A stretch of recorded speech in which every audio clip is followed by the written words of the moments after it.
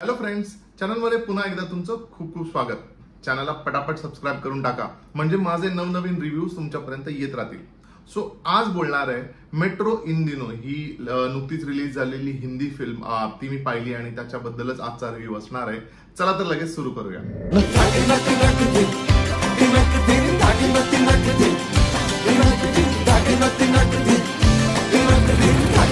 Almost एक 18 वर्षाच्या gap नंतर म्हणजे फर्स्ट जेव्हा मेट्रो आली होती 2007 मध्ये, त्यानंतर तिचा सिक्वल मेट्रो इन दिनो आलाय आणि over a period of time नात्यांमध्ये काय बदल झालाय, नाती आता कशी आहेत किंवा प्रेमाबद्दलच्या व्याख्या कशा बदलल्यात किंवा प्रेमाबद्दल आता एकंदर आत्ताच्या सोसायटीमध्ये काय चाललंय हेच दाखवायचा प्रयत्न डिरेक्टरला ह्या फिल्ममधनं करायचा असावा.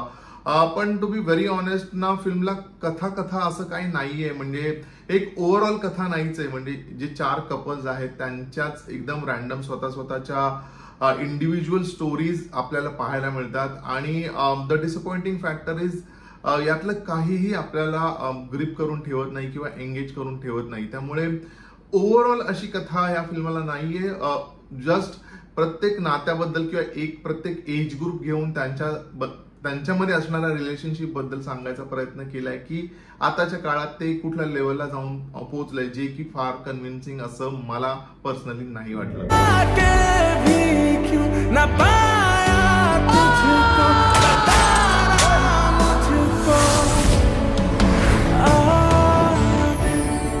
सो ह्या फिल्म मधल्या कलाकारांबद्दल जर का बोलायचं झालं ना, तर बेसिक लीड रोल मध्ये 4 पेअर आपल्याला दिसतात. नीना गुप्ता, अनुपम खेर, अली फजल, फातिमा सना शेख, सारा अली खान, आदित्य रॉय कपूर, पंकज त्रिपाठी आणि कोंकणा सेन शर्मा.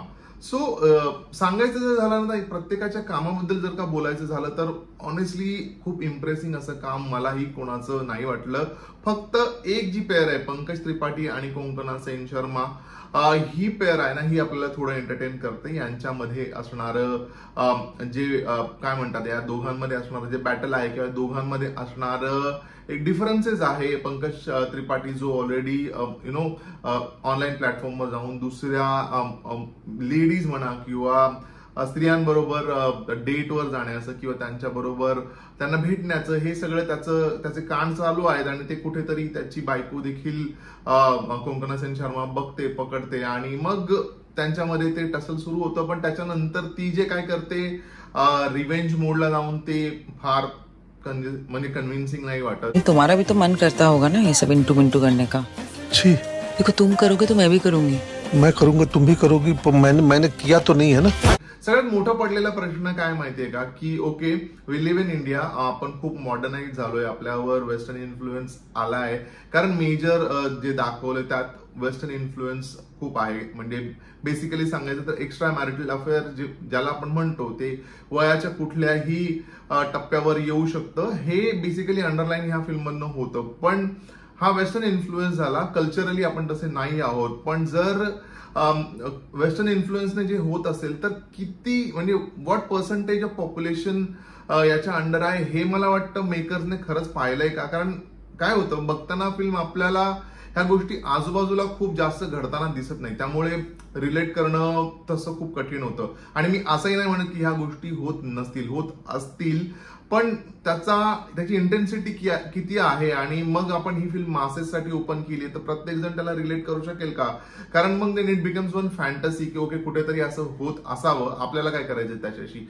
त्यामुळेच मला वाटतं आपण त्याच्याशी रिलेट करू शकत नाही. This is what my experience was जेव्हा मी ही फिल्म पाहिली. पण म्हणजे कॅरेक्टर्स किंवा कुठल्याही कलाकाराने आपल्याला खूप जास्त एंगेज करून इम्प्रेस केले असं नाहीये. आणि काही सिक्वेन्सेस जसं फातिमा सना शेख आणि अली फजल मधलं जे रिलेशन आहे ते खूप ब्युटिफुली दाखवता आलं असतं. बट मे बी मेकर्सना हेच दाखवायचं की आता ते नाही राहिलंय, आता तेवढंच आपले पण नाही राहिलंय. पण मग असं जर नसेल तर प्रेम ही भावना संपून जाईल. सो तेही कन्व्हिन्सिंग नाही वाटत. आणि दिस इज जस्ट माय टेक. कदाचित प्रत्येकाचा टेक वेगळा असू शकतो. बट ओव्हरऑल कुठलंही कॅरेक्टर आपल्याला फार इम्प्रेस नाही करत किंवा फार आपल्याला लक्षात नाही राहत, बारिंग पंकज त्रिपाठी आणि Konkona Sen Sharma.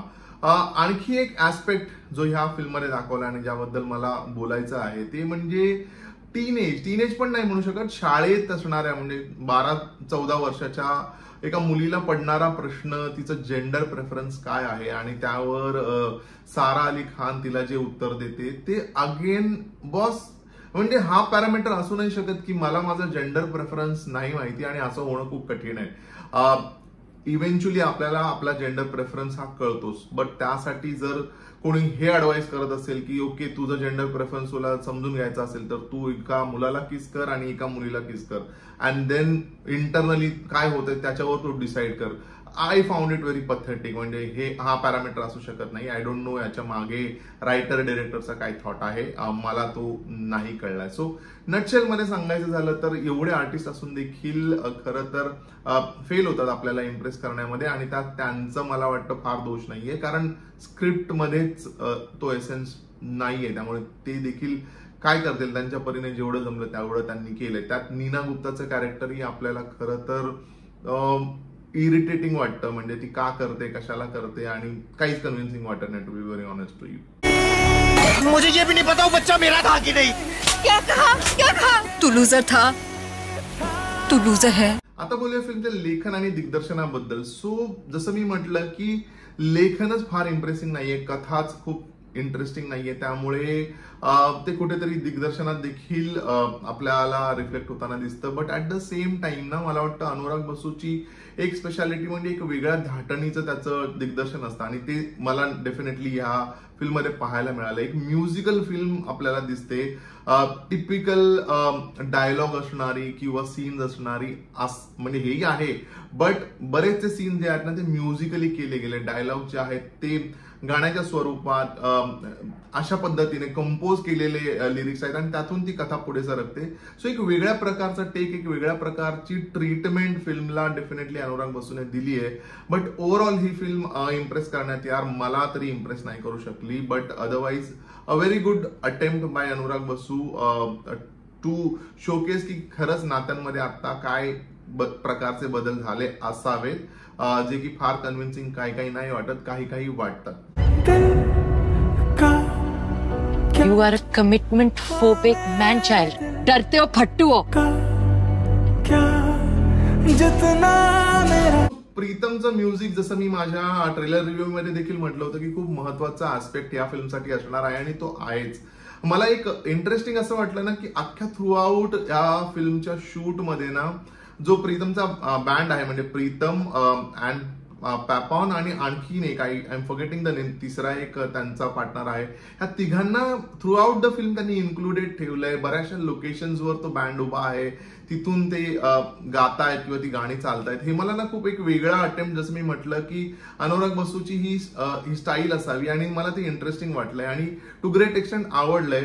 Wien it comes to music यार मी सरळ कंपॅरिझन करतोय मेट्रो या फिल्म बद्दल, कदाचित चुकीचं देखील असू शकेल, बट त्यांनीच बार सेट केला होता आणि कुठेतरी त्या लेवलपर्यंत ह्या फिल्मचं म्युझिक ऑनेस्टली नाही गेलं. मी असं नाही म्हणते फिल्मचं म्युझिक चांगलं नाहीये, बट येस त्या लेवलला इम्प्रेस करण्यात ह्या फिल्मचं म्युझिक डेफिनेटली फेल होतं, आपल्याला एवढं इम्प्रेस नाही करत. So it was little disappointing.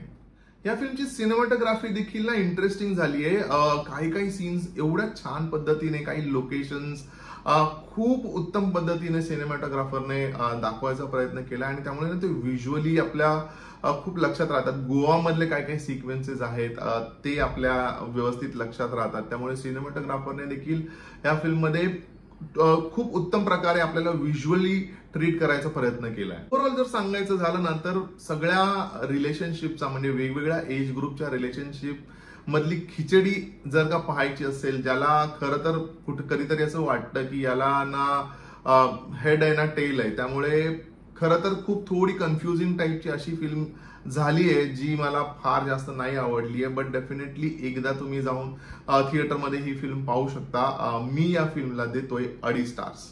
So friends, हा होता माझा म्हणजे रवीचा view on film metro in दिनो. तुम्ही ही फिल्म पाहिली आहे का? पाहिली असेल तर तुमच्या प्रतिक्रिया कॉमेंट करून नक्की सांगा. माझा रिव्ह्यू कसा वाटला हे देखील मला कॉमेंट करून सांगा. व्हिडिओ आवडला असेल तर लाईक करा, शेअर करा आणि चॅनलला सबस्क्राईब करा. आपण भेटूया लवकरच. तोपर्यंत स्टे ट्यून.